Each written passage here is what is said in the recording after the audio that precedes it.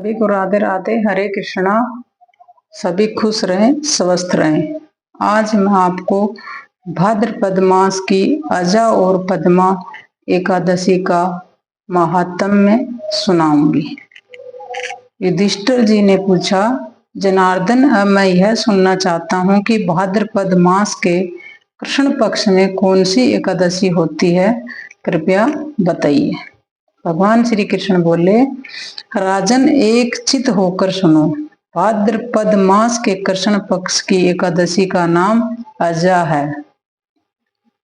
वह सब पापों का नाश करने वाली बताई गई है। जो भगवान ऋषिकेश का पूजन करके इसका व्रत करता है, उसके सारे पाप नष्ट हो जाते हैं। पूर्व काल में हरिश्चंद्र नामक एक विख्यात चक्रवर्ती राजा हो गए थे, जो समस्त भूमंडल के स्वामी और सत्य प्रतिज्ञ थे। एक समय किसी कर्म का फल भोग प्राप्त होने पर उन्हें राज्य से भ्रष्ट होना पड़ा। राजा ने अपनी पत्नी और पुत्र को बेचा, फिर अपने को भी बेच दिया। पुण्य आत्मा होते हुए भी उन्होंने चांडाल की दास्ता करनी पड़ी।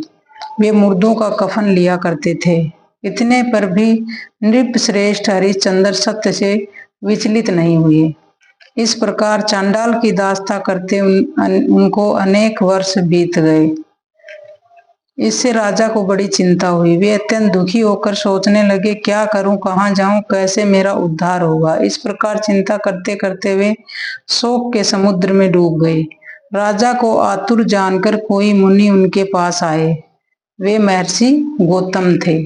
श्रेष्ठ ब्राह्मण को आया देख नृपश्रेष्ठ ने उनके चरणों में प्रणाम किया और दोनों हाथ जोड़ गौतम के सामने खड़े होकर अपना सारा दुखमय समाचार कह सुनाया। राजा की बात सुनकर गौतम ने कहा, राजन, भादों के कृष्ण पक्ष में अत्यंत कल्याणमयी अजा नाम की एकादशी आ रही है, जो पुण्य प्रदान करने वाली है। इसका व्रत करो, इससे पाप का अंत होगा। तुम्हारे भाग्य से आज के 7वें दिन एकादशी है। उस दिन उपवास करके रात में जागरण करना। ऐसा कहकर महर्षि गौतम अंतर्ध्यान हो गए। मुनि की बात सुनकर राजा हरिश्चंद्र ने उस उत्तम व्रत का अनुष्ठान किया। उस व्रत के प्रभाव से राजा सारे दुखों से पार हो गए। उन्हें पत्नी का सन्निधान और पुत्र का जीवन मिल गया। आकाश में दुदुम्बियां बज उठी। देवलोक से फूलों की वर्षा होने लगी। एकादशी के प्रभाव से राजा ने कंटक राज्य प्राप्त किया और अंत में वे पुरजन और परिजनों के साथ स्वर्गलोक को प्राप्त हो गए। राजा युधिष्ठिर, जो मनुष्य ऐसा व्रत करते हैं, वे सब पापों से मुक्त स्वर्गलोक में जाते हैं। इसके पढ़ने और सुनने से अश्वमेध यज्ञ का फल मिलता है। युधिष्ठिर ने पूछा, केशव, भाद्रपद मास के शुक्ल पक्ष में जो एकादशी होती है, उसका क्या नाम है और कौन देवता और कैसी विधि है, यह बताइए। भगवान श्री कृष्ण बोले, राजन, इस विषय में मैं तुम्हें आश्चर्यजनक कथा सुनाता हूँ, जिसे ब्रह्मा जी ने महात्मा नारद से कहा था। नारद जी ने पूछा, चतुर्मुख, आपको नमस्कार है। मैं भगवान विष्णु की आराधना के लिए आपके मुख से यह सुनना चाहता हूँ कि भाद्रपद मास के शुक्ल पक्ष में कौन सी एकादशी होती है। ब्रह्मा जी ने कहा, मुनि श्रेष्ठ, तुमने बहुत उत्तम बात पूछी है। क्यों न हो वैष्णव जो ठहरे। भादों के शुक्ल पक्ष की एकादशी पद्मा के नाम से विख्यात है। उस दिन भगवान ऋषिकेश की पूजा होती है और यह उत्तम व्रत अवश्य करने योग्य है। सूर्य वंश में मंदाता नाम एक चक्रवर्ती सत्य प्रतिज्ञ और प्रतापी राज ऋषि हो गए। वे प्रजा का अपने औरस पुत्र की भांति धर्म पूर्वक पालन करते थे। उनके राज्य में अकाल नहीं पड़ता था, मानसिक चिंताएं नहीं सताती थी और व्याधियों का प्रकोप भी नहीं होता था। उनकी प्रजा निर्भय तथा धन धान्य से समृद्ध थी। महाराज के कोप में केवल न्याय उपार्जित धन का ही संग्रह था। उनके राज्य में समस्त वर्णों और आश्रमों के लोग अपने अपने धर्म में लगे रहते थे। मंदाता के राज्य की भूमि कामधेनु के समान फल देने वाली थी। उनके राज्य करते समय प्रजा को बहुत सुख प्राप्त होता था।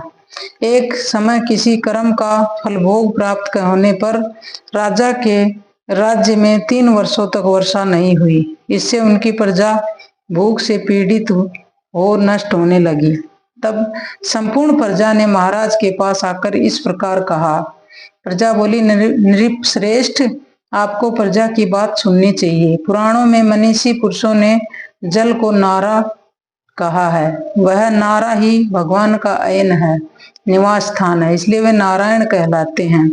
नारायण स्वरूप भगवान विष्णु सर्वत्र व्यापक रूप में विराजमान है। वे ही मेघ स्वरूप होकर वर्षा करते हैं। वर्षा से अन्न पैदा होता है और अन्न से प्रजा जीवन धारण करती है।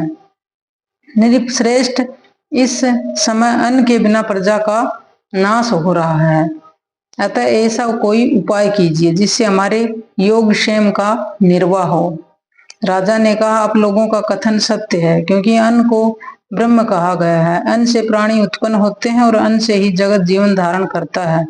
लोक में बहुधा ऐसा सुना जाता है तथा पुराणों में भी बहुत विस्तार के साथ ऐसा वर्णन है कि राजाओं के अत्याचार से प्रजा को पीड़ा होती है, किंतु जब मैं बुद्धि से विचार करता हूं तो मुझे अपना किया हुआ कोई अपराध नहीं दिखाई देता। फिर भी मैं प्रजा का हित करने के लिए पूर्ण प्रयत्न करूंगा। ऐसा निश्चय करके राजा मंधाता इने गिने व्यक्तियों को साथ ले विधाता को प्रणाम करके सघन वन की ओर चल दिए। वहां जाकर मुख्य मुख्य मुनियों और तपस्वियों के आश्रमों पर घूमते फिरे। एक दिन उन्हें ब्रह्मपुत्र अंगिरा ऋषि का दर्शन हुआ। उन पर दृष्टि पड़ते ही राजा हर्ष में भरकर अपने वाहन से उतर पड़े और इंद्रियों को वश में रखते हुए दोनों हाथ जोड़कर उन्होंने मुनि के चरणों में प्रणाम किया। मुनि ने भी स्वस्ति कहकर राजा का अभिनंदन किया और उनके राज्य के 7 अंगों की कुशल पूछी। राजा ने अपनी कुशल बताकर मुनि के स्वास्थ्य का समाचार पूछा। मुनि ने राजा को आसन और अर्घ्य दिया। उन्हें ग्रहण करके जब वे मुनि के समीप बैठे तो उन्होंने इनके आगमन का कारण पूछा। तब राजा ने कहा, भगवान, मैं धर्म अनुकूल प्रणाली से पृथ्वी का पालन कर रहा था, फिर भी मेरे राज्य में वर्षा का अभाव हो गया। इसका क्या कारण है, इस बात को मैं नहीं जानता। ऋषि बोले, राजन, यह सब युगों में उत्तम सतयुग है।